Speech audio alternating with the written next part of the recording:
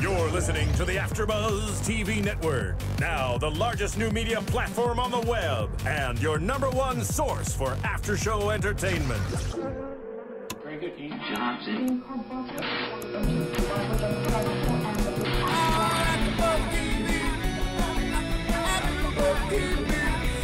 the AfterBuzz Studios in Los Angeles, California, and streaming live on Ustream, this is AfterBuzz TV for The Good Wife. We'll break down tonight's episode and get you all the latest news and gossip about The Good Wife. If you'd like to buzz in on tonight's show, you can buzz us at 424-256-1729. That's 424-256-1729. And now, picking up where the show leaves off and the buzz continues, it's AfterBuzz TV for The Good Wife. Welcome, AfterBuzzers, to AfterBuzz TV for The Good Wife. It is our first episode back in 2012, and we have a lot of catching up to do. I'm your host, Billy Nilles, and I am going to break down the last 2 episodes that have aired since the new year. Episodes 12 and 13 of Season 3, Alienation of Affection, and Bitcoin for Dummies. We've got a lot to talk about, but before we get into that, I want to remind everybody, if you were just listening to us on our iTunes podcast, we have just updated our website, www.afterbuzztv.com, where you can watch us streaming live all of our shows. There's no more tricky ustream.afterbuzztv.blah blah blah websites to go to. We're streamlined all in one place, streaming right there, www.afterbuzztv.com. So if you're just listening to us on iTunes and want to know what we look like, check us out. But let's jump right into it. We've got so much to talk about in these last 2 episodes. We've seen so much movement in the major storyline this season regarding Will and this case that's being brought against him by the state's attorney's office, being spearheaded by Wendy Scott Carr. So we're going to do things a little differently this week. Usually when we only talk about one episode, we talk a lot about the cases, even if they aren't involved in these overlying storylines. But since we have so much to talk about today, we're only going to talk about the things that are the most important. But jumping right into it, this first episode back, Alienation of Affection, was a huge one. We see the firm in a bit of turmoil. There is a lawsuit being brought against them by a couple whose divorce had been handled by David Lee and Alicia when Alicia was in her first year at Lockhart Gardner. And there's a bunch of specifics to this case. In the midst of the divorce, the husband was forced to sell his company that has now turned a huge profit, and the couple believes that they are owed money that they deem they've lost, and they believe that Lockhart Gardner, David Lee, and Alicia have defrauded them, and in respects caused them to lose this money. So we open the episode with this really intense and sort of humorous segment where we see this Australian man who we come to know as Jack Copeland, this basically a process server, who serves each Diane, Alicia, and Will in all of their various goings-ons when they're not at work. Diane thinks she's being hit on inside of an art studio when in fact she is being served. So the suit's being brought against them. They believe that, there was all these specifics. There was a stripper that the firm did in fact hire, but they won't ever admit that, to sort of prove that the husband wasn't monogamous and was in fact cheating on his wife. And they're scrambling. They're trying to prove that they were not at fault, even though they, in fact, were. But they're trying to hide any respects that they were at fault. Because, as we come to find out, that their malpractice will not cover this loss. And each equity partner is, in fact, on the line for $1.2 million if this goes wrong, and if they do lose. The whole case sort of hinges on this conflict of interest paper that was supposed to have been signed by the wife, that's supposed to be signed apparently in every divorce proceeding. And as Kalinda does some digging to go find this document, we find out that it, even though it's been logged into their system, there is no evidence of this paper existing. And of course, we find out that Alicia is the one who was said to have filed this paper. So Alicia is in a panic throughout most of this first episode. because her job is at stake. If they can't find this paper, if the paper was in fact never signed, all of this falls on Alicia's shoulders. David Lee magically finds the document, and we are at first led to believe that the day has been saved, that nothing will go wrong at this point. But Alicia herself starts to worry, starts to realize that she doesn't really think that this paper is accurate. As we saw earlier in the episode, David Lee brings her documents to sign regarding her own situation, and she believes that this document was in that set of paperwork. So now we're scrambling and worrying. Alicia's afraid of what she should do. She doesn't know if she needs to come forward or not. Diane very cannily advises her to admit to things to the best of her recollection and to not sort of incriminate herself in any sort of proceeding. The day is still saved at the end because Jack Copeland, the process server from the beginning, who actually has begun to take a liking to Diane, lets them in on a little bit of information that when he served papers to the husband who was suing them, he was with a girlfriend and not the wife. So in fact, the case is able to be dropped. The day is saved, even though this document was in fact forged, which is a very important point to remember, because as we get into episode 13, Bitcoin for Dummies, in just a second, that plays a huge plot point in a lot of proceedings.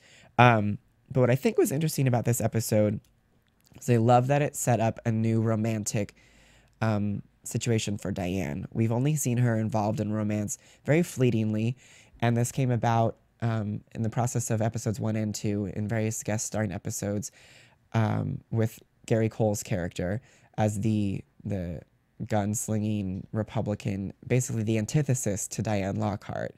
So we see Diane has this penchant for bad guys, for the wrong sort of man, and so she is attracted to Jack when we see him serve papers to somebody else in their building, and the way he sort of roughs the guy up to make him take the papers. We definitely see that Diane is intrigued. So we're all sort of hoping here that this goes further, that we see him come back. It was a fun little bit of segment, a little bit of lightness for Diane. This season's been so heavy with her worrying where her business is going to go, what's going on with Will, and what is this going to do to her.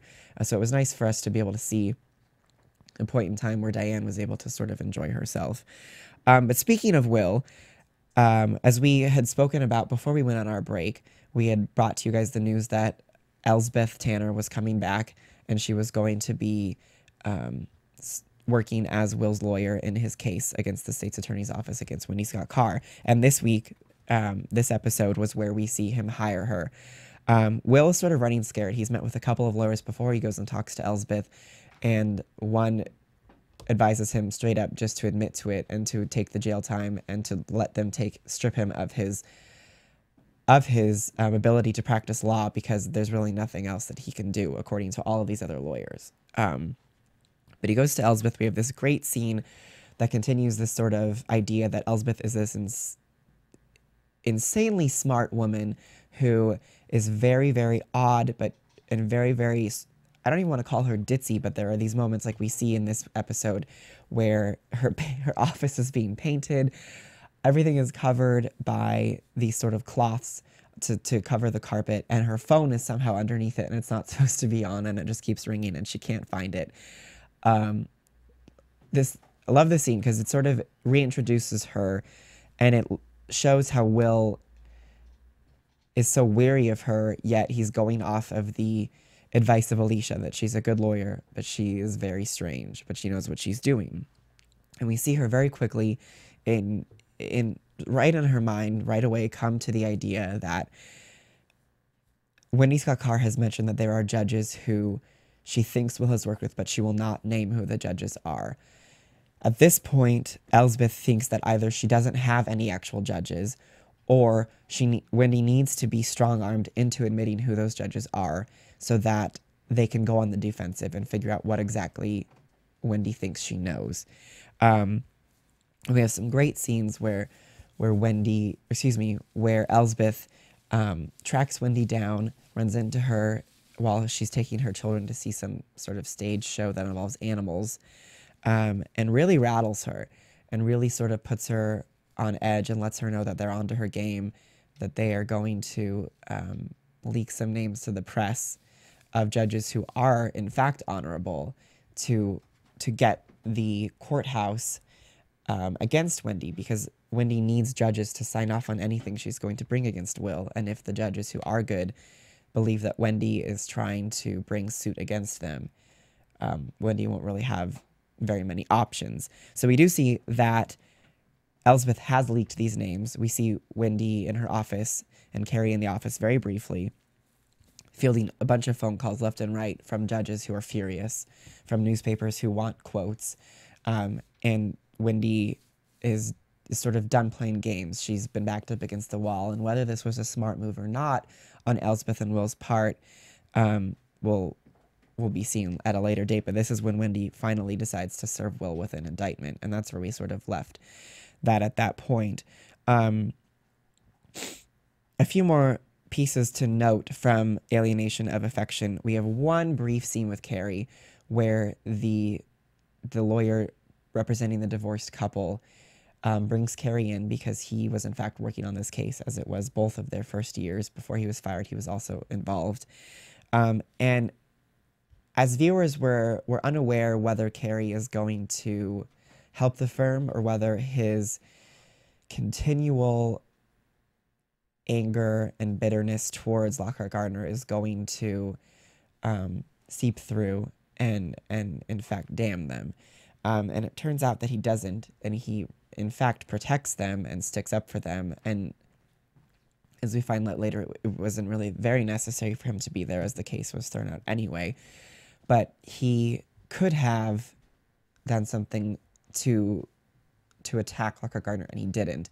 And I think it's important that we note this, as Carrie is such a central figure in what is going on at the state's attorney's office, that it's something that I think we all need to watch and note, as to see what Carrie is going to do from here on out as Wendy Scott Carr intensifies her witch hunt for Lockhart Gardner.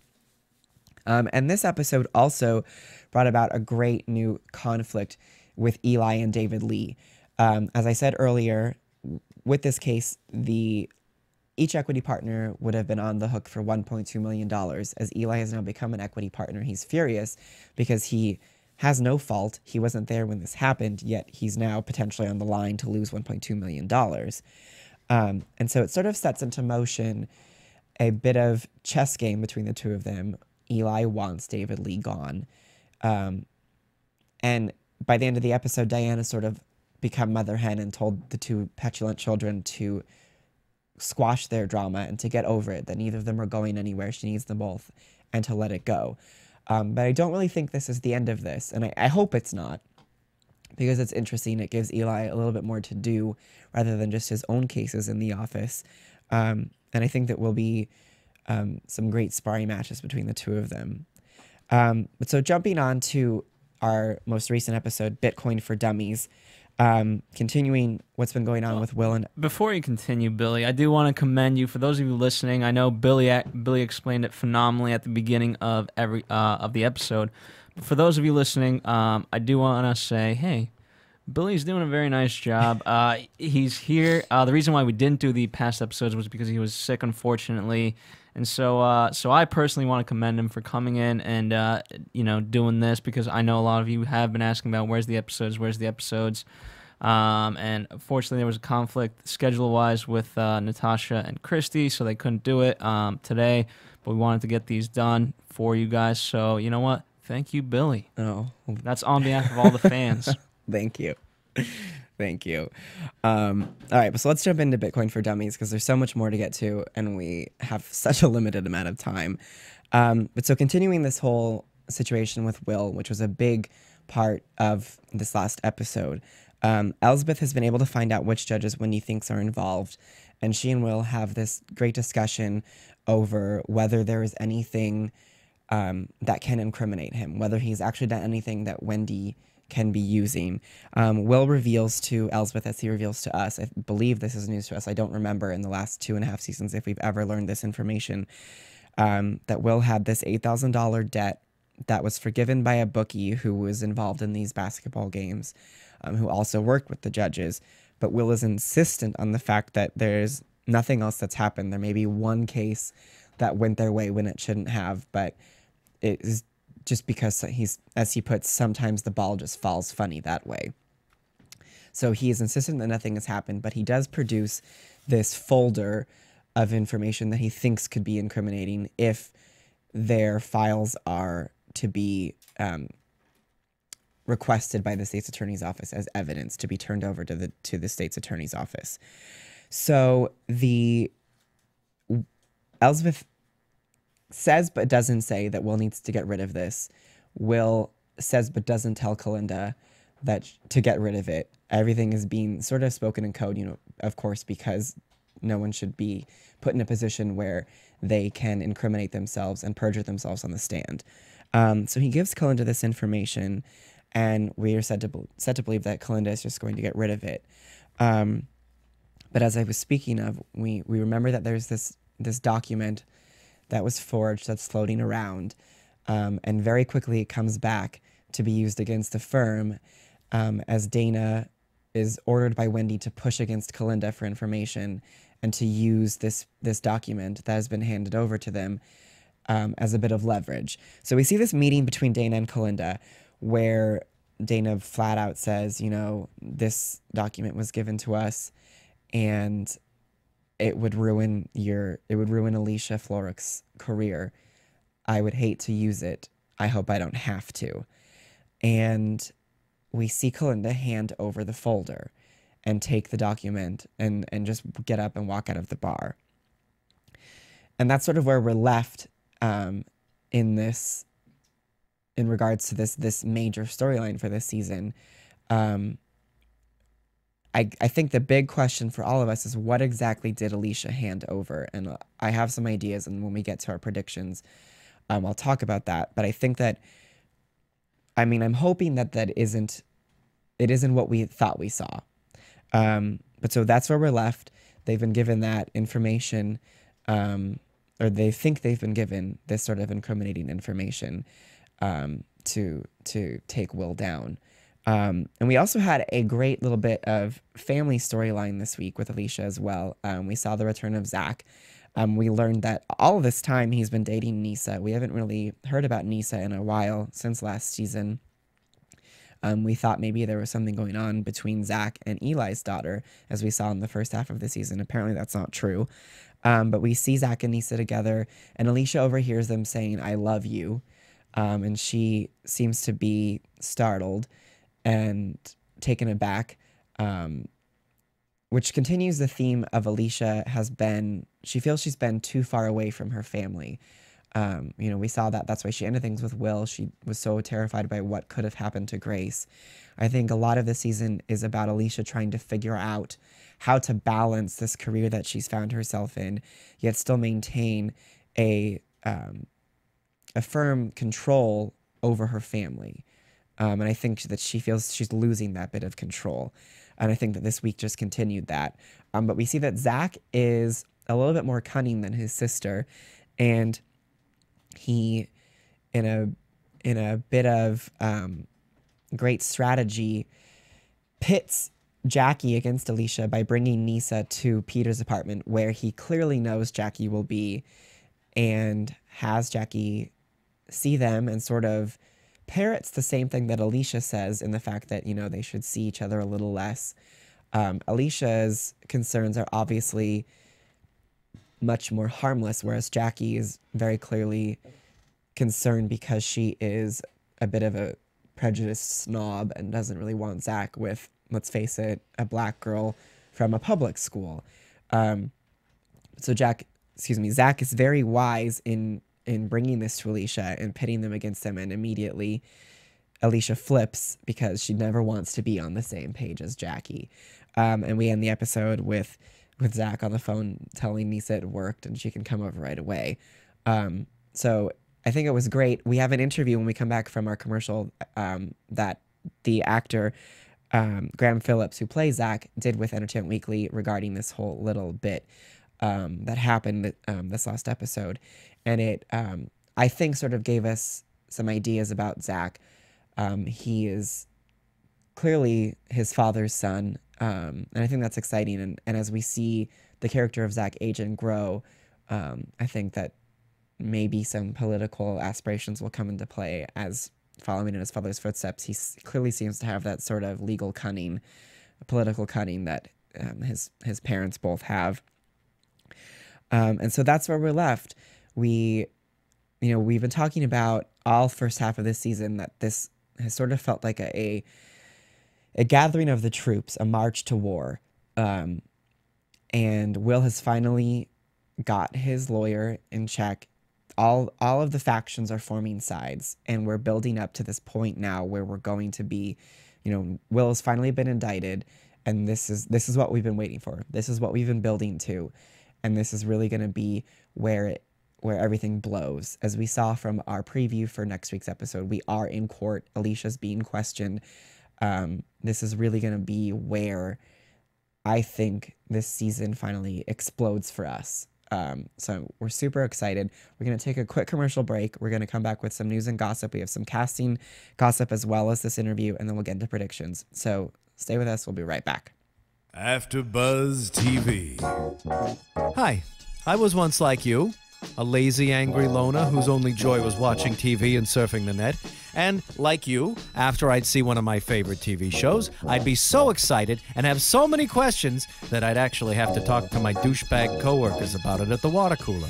Then I discovered AfterBuzzTV.com. AfterBuzz TV produces after-show webcasts and podcasts for TV series of all kinds, like post-game wrap-up shows for all your favorite TV shows. AfterBuzz TV hosts are industry insiders who break down episodes of shows, take calls from fans, and interview cast and crew from each series, with over 60 different after shows, from Boardwalk Empire to American Idol to Vampire Diaries to Real Housewives, and more. Now, after a night of TV, I can ignore my stupid coworkers, who I hate, and go straight to my desk and watch or listen to all my favorite AfterBuzz TV after shows, and have all the TV fan interaction I need. Thank you, AfterBuzz TV. AfterBuzz TV. What do you want to buzz about?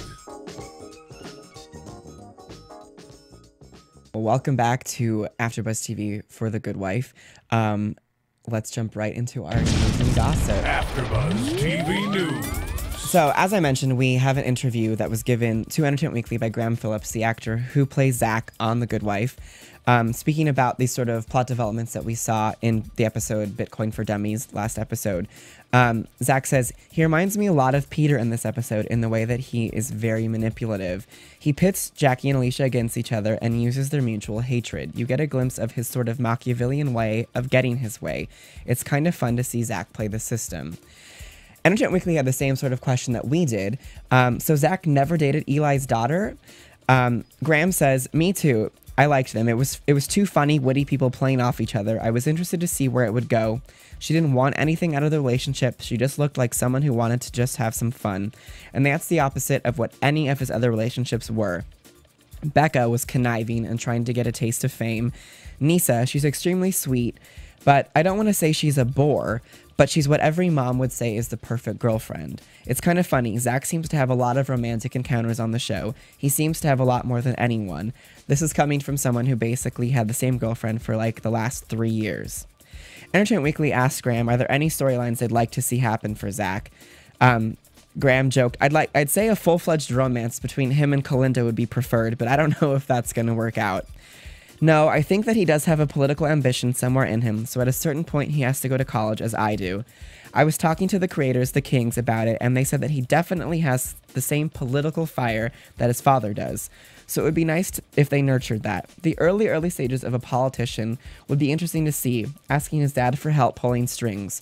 Honestly, that's one of my favorite parts of the show, when you see Peter at full force pulling strings. Not corrupt, but just on the verge of corruption, like when he's getting us into the private school by threatening to screw up the teachers' lives with background checks. Entertainment Weekly went on to ask, in your mind, what is Zach aware of in terms of Alicia and Will? Graham said, he's still struggling with that, but he did get some insight into that scene when Will walks in with Zach when he's playing on the computer. Will's trying to buddy up to him, and Zach just won't have it. He says, I played it two ways. I played it like I don't know who this person is. Why is he acting like such a dork? And then I gave them a colder take, like I have a suspicion about you and my mom. I played it like he's an emotional scapegoat for me. You're the reason why my family's screwed up, which isn't true, but sort of how he feels. They ended up using that take. It seems like for Grace, for the first half of the season, she knew more than Zach did. And then little by little, I think Zach's starting to piece it together. Entertainment Weekly said, I feel like there has to be more to that computer storyline than for it being a cute way for Zach to meet Will and Marissa. Graham said, there's definitely something that's going to happen there. I'm not exactly sure when it's going to happen. You never know what happens with a storyline. You think it's dead, and then it just reappears like what happened with Nisa and me. I would have bet $100 that that storyline wasn't coming back because I hadn't heard her name mentioned over a year, and then suddenly she's back and we've been dating the whole time. Graham went on to mention that he is going to Princeton in the fall, and Entertainment Weekly asked, what does that mean for your future on The Good Wife? And Graham says, one of the reasons I chose Princeton over some of the other Ivies was its proximity to Brooklyn where the show films. Columbia was an obvious choice, but my sister went to Princeton. I grew up there a lot, I fell in love with the campus, and I loved the professor list. The train ride is like an hour and 20 minutes. When my sister was at Princeton, all of her classes were done at 2 p.m., and the producers of The Good Wife are extremely flexible with their schedules. That's why you get so many interesting guest stars. The producers make it work. So say my classes are done at 2 p.m., I'd be able to go in and film at night. So Graham sees no conflict there, and we hope that there isn't any as well. Moving on to some casting scoop.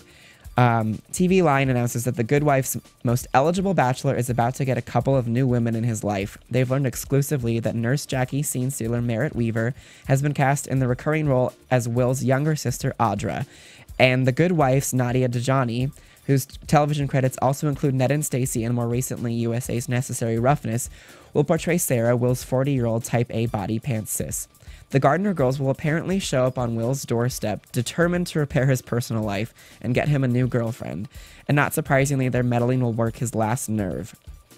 A show insider says Audra, the one played by Merritt Weaver, is a 33-year-old, free-spirited rebel with a rock and roll edge, whose love of a good time provides a stark contrast to the bean-counting older sis Sarah. Will's younger sister is sort of the irresponsible one, says executive producer Robert King. Will was the one who followed their parents' directive to get a job that paid, and Audra was the one who was allowed to be a little more rebellious. So both roles will be recurring, and we look forward to seeing them later in the year. And that is your news and gossip for The Good Wife. And let's jump right into some predictions.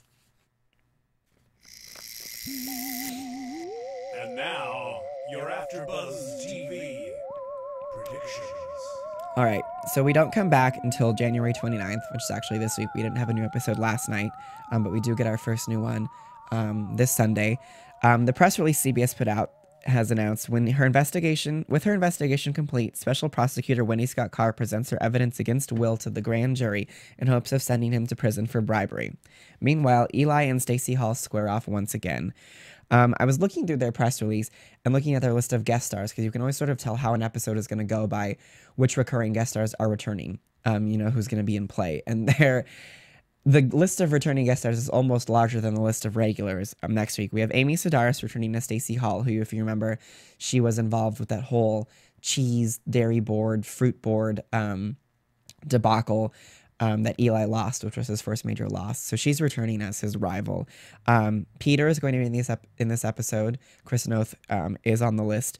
Tim Gunny is returning as the investigator Andrew Wiley, the stay-at-home dad who the state's attorney's office hired, who we've seen again and again, who's always so much fun on the show, so it should be great to see him back.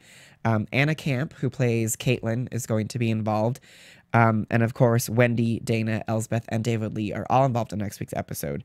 So we've got a huge episode next week. The preview that was at the end of our last new episode showed Alicia on the stand, and Wendy Scott Carr is sort of going after the idea of them being a romantic couple. She's bringing this into court. She's bringing this to the light of day. And Alicia just stands up and walks out, just gets up and leaves the courtroom. Wendy Scott Carr tells her that, she's going to be in contempt of court. And Alicia, the last thing we see in the preview, Alicia says, then arrest me. And she walks out the door.